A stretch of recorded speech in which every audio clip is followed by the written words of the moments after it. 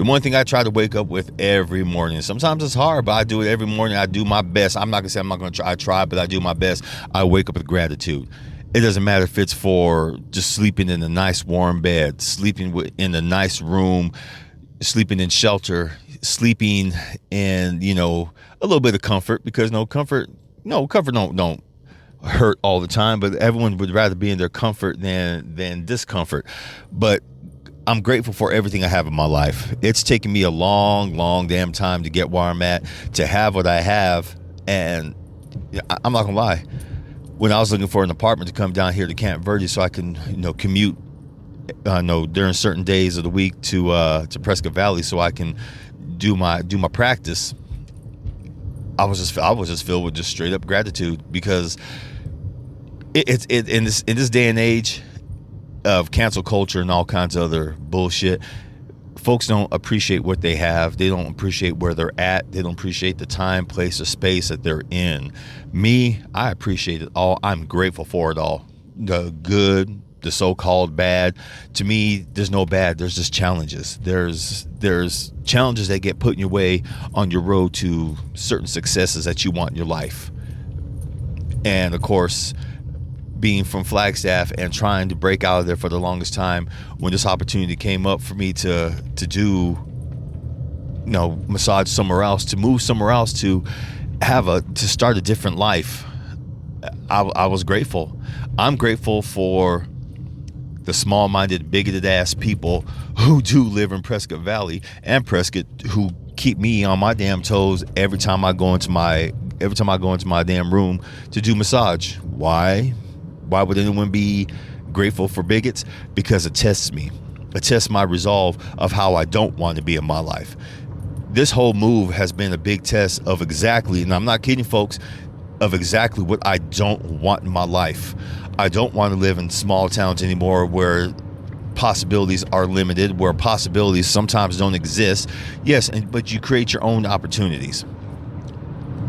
But when people have a certain mindset, do you know how hard that is? And it's not, and I know what you're thinking, Phil, you're just always harping on white folks. No, black folks, Mexicans, every race does it. When you go into their community, you are going to be faced with those damn challenges, and it's going to be hard for you to get past the initial humps of trying to show people what you got. But when you walk into a culture of bigotry, of ignorance and stuff like that, when you walk into something where, it feels like certain people just kind of foster it. They don't try to put a handle on it. That's not good leadership to me. That's not good business. To me, that's just letting people just do whatever they want to because you're part of that culture too. But being part of that culture doesn't mean I have to be a part of it, which is why I have decided, I promised my employer, you got 1 year out of me from my start date when I signed that application as a contractor. From that day until you have me. I can tell you right now, I'm not sticking around next year. Nope. I can't. There's certain things that I just realize I don't have to put up with in my life, and I won't put up with in my life. And there's certain things that no one should have to put up with in their life. Folks, know your worth. Know your worth. Be your worth. Work your worth. Live your worth. That's all I got to say. Know who you are. Know what you got to do. Let the good times roll. And of course, this is Big Daddy, and you are listening to Big Daddy Forever. So going on this trail right now, to me, roads are trails. Everything's a goddamn trail to me. If you guys haven't noticed by now, when I say a trail, that means I'm off on an adventure. Driving from Camp Verde to Prescott Valley every morning when I do have to work, the days I have to commute over there, it ain't gonna lie, it's a damn challenge. I have to challenge to keep my speed under 80, even though on the highway it says 65. Legally, you can go 7 miles over. 8 is pushing it. 9, you're fine. If you heard the whole, if any of you out there know any highway patrolmen, 9, you're fine. 10, you're mine. So yeah, remember that. 9, you're fine. 10, you're mine. And I haven't been pulled over yet, but in the past I've been pulled over, and they say, "Do you know how fast you're going, sir?" No, I'm pretty sure you'll tell me. And then what cracks me up, they're like, "Well, you were going this much over the speed limit." Oh, Okay. I said I wasn't paying attention. I was off of my own thoughts, but I was paying attention to everyone that was on the road, and I was being cool about it. He said, okay, no problem, just as long as you were aware that, of your surroundings. He said, oh yeah, always. I ain't trying to hurt nobody. But so far I've been lucky. I just passed a highway patrol officer going, where am I going? 74. He's looking the other way. He ain't coming. At least I hope he's not. And right now I'm going through a big old thick patch of fog, folks. I wish I had a camera to show this to y'all, man, because I ain't gonna lie, this is pretty tough. I like this. People always get scared of the weather and stuff like that. I know people who are afraid of the wind. I know people who are afraid. Well, my mom, she's afraid of lightning, but then again, that was like instilled into her. It seems like all Mexican families know that don't play. If there's lightning, get away from the window. I don't know why. That's something I've always heard all my life.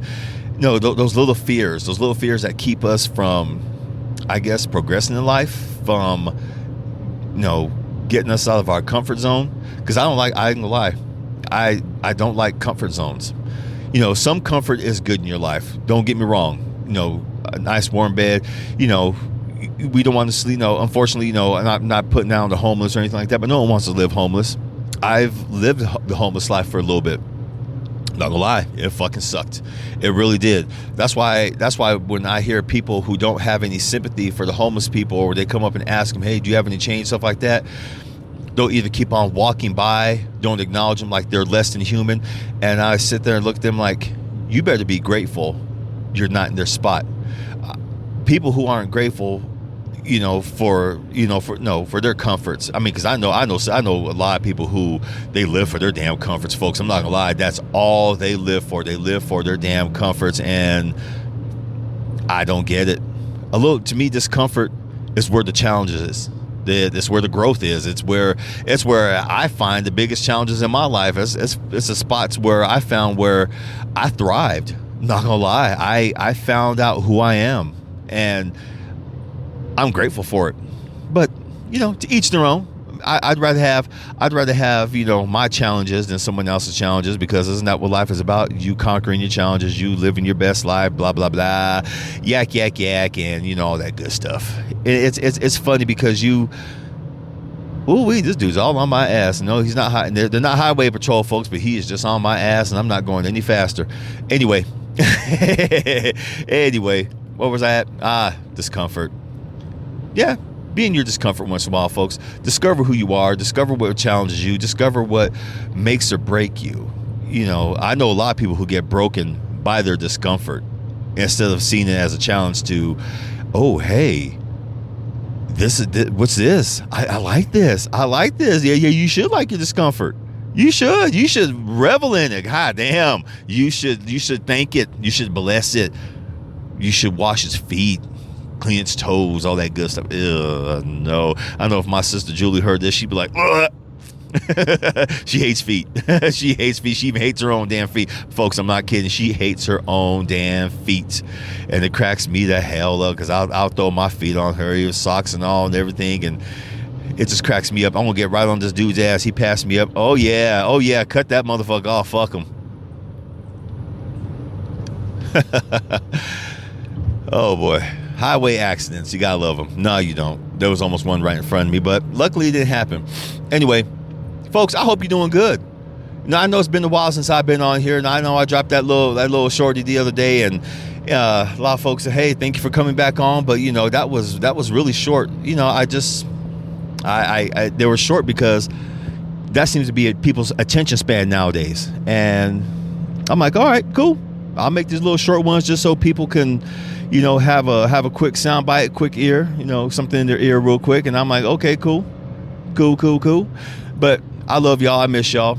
I really did. I'm grateful that you guys are here. I'm grateful that y'all come by and say hi, leave me questions, either in my Instagram or on my Gmail. Thank you, folks. Really, seriously, thank you. Some of y'all have asked me, some of y'all still drop by and ask me questions, ask me, hey, Big Daddy, about massage, and do you think massage is for me? Do you think this is for me? If that's for me, I'll tell you straight up, honestly, life is whatever you make it. You were given this chance, I always say it, you were given this time place, and space to make your mark in this world, okay?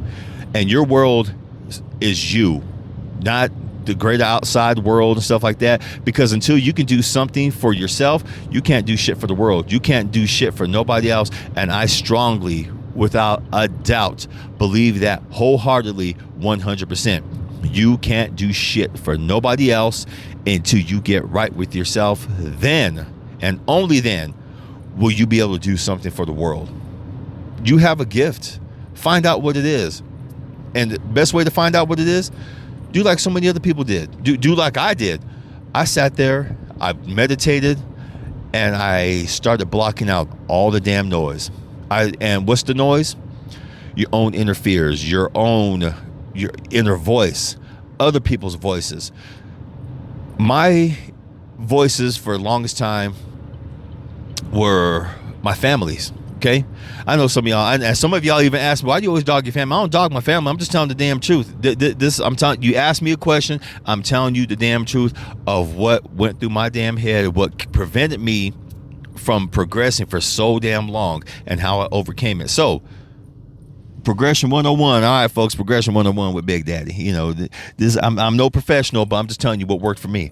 I had to say, fuck you to all the voices in my head. My grandparents, don't get me wrong, I love everyone dearly who I name off, but you know, their voices in my head just really stopped my progression in my life. It felt like my grandparents, my mom, some of my brothers and sisters, and you know, in the household I lived in, there was really no inspiration. There was really no talk of, you know, doing better with your life, and everything was like, it is what it is. Maybe this is just your lot in life. No, I refuse that. Hold on. Okay, sorry. I had to open and close the door real quick because I kept hearing this wind and my door wasn't closed all the way. I'm surprised I didn't see that shit. Anyway, well, I just had to start sitting back and meditating and asking myself, where do you see yourself in the future? There was times I saw myself in the future where, when I was younger, my future consisted of listening to everyone else who had a voice in my damn head. And that led to loneliness, bitterness, stuck in the same place, stuck in my own shit. And I'm not gonna lie, folks, those voices won for a long fucking time. It wasn't until I decided I was gonna move to Hawaii where I finally made the choice. Okay, I was given an opportunity, and I had passed up every opportunity because some of my family members said, "Oh, why do you want to do all that? You just need to stick down somewhere. You just need to, you know, get off your shoulders and get housing like I did, and just be content with what you have." Those were people in their weakness wanted me to be weak like them. Okay, and I just couldn't do it no more. I was having a talk with my mom when I was getting ready to go to Hawaii. I was telling her, you know, I was excited about the opportunities, and I could tell she wasn't feeling it. She turned around and she said, "You know, I can make you stay if I wanted to." And then I was the first time I ever burst out, "I'm not staying in this motherfucker no more." I said, "God damn," I said, "why can't you ever be happy for me? Why do you want me to stay here? What the fuck do you want?" I said, "Shit, can't you just be happy for me for 5 damn seconds? Can't you please be happy for me?" She started crying. "I just don't want you. I just want us all to be together." I said, "It's not about you. It's not about you." I said, "I'm sorry, Mom. If you stop me on this, I will run you the fuck over. And I mean it. I will fucking hurt you." And I know what some people are going to say. "You said you're just going to hurt your mom." Everyone, I can tell you right now, there's going to be a lot of people who are going to miss the message of what I said, and they're just gonna think, "You said you're gonna hurt your mom." Fuck you motherfuckers ahead of time. Stick your own finger up your ass. So with that being said, I didn't go to Hawaii. My so-called best friend during that time, 36 hours before I was supposed to go down there, she texts me and says that's not gonna work out, blah blah blah, excuse. Side note, everyone who has called me best friend, or who I've called best friend, has ended up fucking me over one way or another. They've shown their true colors. They've just done different things I've noticed over the years. that I just aren't in character with them. Either they get comfortable with our relationship, how it is, and they feel they can start treating me or acting certain ways with me however they want to. And to me, that's not fucking cool. When I speak up, when I say something, that's when I notice they don't like it. Have I lost? No. Have I lost so-called best friends? Yes, I have. And if I haven't lost them, has the relationship changed? Absolutely. Has it changed for the better or worse? It all depends on that, best friend. For me, I wise up. I start watching. That, and again, this is totally just me. I start watching their actions. I start seeing if their actions mirror their words, or if their words start mirroring their actions. I become very cautious around them. I become, I guess, guarded. Guarded is the word. Like I said, I start paying more attention. And yes, I protect my neck at all costs from that point on. No fucks given. I don't care. This is me, because that's what's happened in my life. When I show people some kind of, kindness or love and stuff like that, it always seems to come back on me. And then, and that's fine. There's a lesson in that. I don't see anything I don't see it as bad at all anymore. I see all this as lessons to be learned. It's part of my journey. So folks, I'm not gonna lie. When you get those voices in your head, when you get your own self-doubt in your head, when you get mom or dad or your brother, your sister, or that piece of shit teacher who told you back in the day you ain't gonna amount to nothing, let them talk. Let them talk. Let them say what they have to say. Seriously. Just sit back and just listen. Feel what they're saying, okay? Get in your feelings about it. Get mad, get sad. And then turn and listen to your heart, because your heart don't lie. Your heart is never going to lie to you. Your heart will tell you flat out, is it them or me?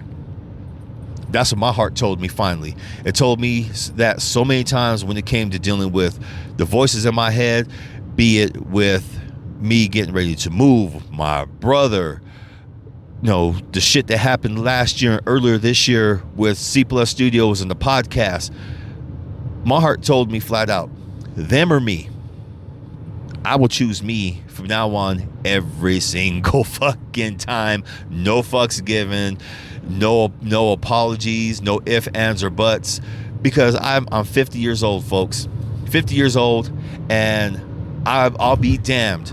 I'll be damned if I spend the next however many years I have left under someone's boot heel, being controlled, being told, no, let's not do this, let's not do that. Fuck that shit. You don't do that shit. I'm me. I'm gonna do me. That's why Papa Dukes exists. That's why I write my poetry books. Yes, folks, I still write poetry for those who ask. Yes. Excuse me.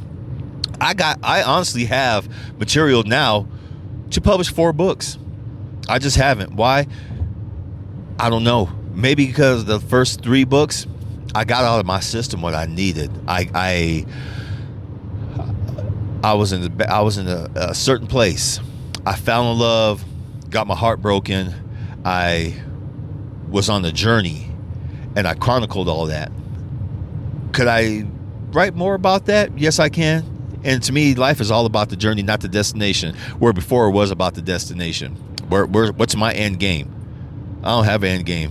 I'm living this life, breaks off all the way until the motherfucking end, going sideways, broken, beaten up. I'm not going to my grave in a beautiful body, in a well-preserved body. Why? That tells me I just haven't lived. In my opinion, that just tells me I haven't lived. Hell no. I'm sore right now. I got aches and pains. And that's just telling me, Philip, you're just living life. Hell, I've gone skydiving. That voice in my head that kept telling there was a voice in my head that just kept telling me, particularly, play it safe. Play it safe. Why do you want to take these risks? When I skydived, when I went with my niece, my Mija Vivica, who took the challenge with him, mwah, I love you, baby. Thank you for taking the challenge with me. For me, it was a big fuck you send off to everyone when I jumped out that damn plane. the fuck's given, he's happily floating around up there in the air still. He's probably like, hey, what the fuck was I sweating? What was I sweating? And once in a while, I call him Airborne Phillip. Me and Airborne Phillip, we reconnect once in a while. How you feeling, brother? He's like, hey, what the fuck were we worried about? Why the hell were we stressed out about all this shit? Why? We're living our lives now. We're living our lives, because there's me and several other people in here fighting for a position. Fighting for that good position, though, folks. Don't get me wrong. It's not bad, and if it is bad, to me, it's not bad. It's a challenge. Some stuff I need to overcome.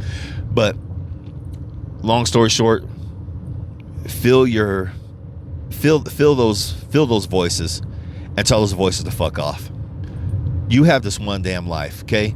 We live several times over. Our bodies are energy, and energy can't be destroyed, no changed or anything like that.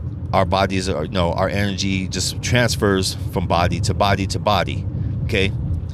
You're here now to learn lessons for that next life. That's why you are conscious of this life right now. So why not? Why not take the brakes off? Why not say fuck it and just live this best damn life? Okay? Yes, we all know people who don't live very healthy, productive lives. Not your business. That's on them. Sure, you can step in, you can interfere and tell them, hey, you know what? I'm here for you. You can actually step in and tell them, hey, you know what? This ain't you. Our level of caring is dependent on what's inside of our heart. There's a lot of people I know who are just so goddamn selfish that they don't give a shit about nothing else but themselves, and that's fine. You are here on this life for one purpose, for yourself. Everyone is in this life for themselves. But if you find those people along the way, friendship, balance, love, what the hell else is there? You make that tribe and you stick with them. You go on adventures, you build and you create, you uplift each other. Like Jason Momoa, he has his pride of gypsies. That's what he calls them, a pride of gypsies. And they create. That's all they do. They make films, they write. They're storytellers. That's what I want in my life. Sometimes I will say this right now. Sometimes I feel like I don't have it, because we're all scattered. We're all in different places. We're all not on the same page. I'm doing different projects right now. I got stuff lined up to try to get us on the page where, hey, we can do this. We're all creative. Why not put our creative juices together? Why not make stories? Why not do stuff together? Sure, we argue. We, talk about the different directions that stuff can happen. Right now, the interviews, I mentioned that before. It's a project of mine that I'm trying to get the Cplus Studios crew together, and just to have some fun, be creative. And if it doesn't work out, cool. It doesn't work out. I made the attempt. Yes, I know I kept saying I, me, because this is my baby, this is my brainchild. I am being selfish with this. I am being in full control of this, because there's certain things that I want. This is under the Papa Dukes Inc. Studios. That's why I got full creative control. But I am listening to what my crew says, because you gotta listen. Everyone brings different aspects to the game of what they specialize in. K&B has come up so much with audio and editing and stuff like that.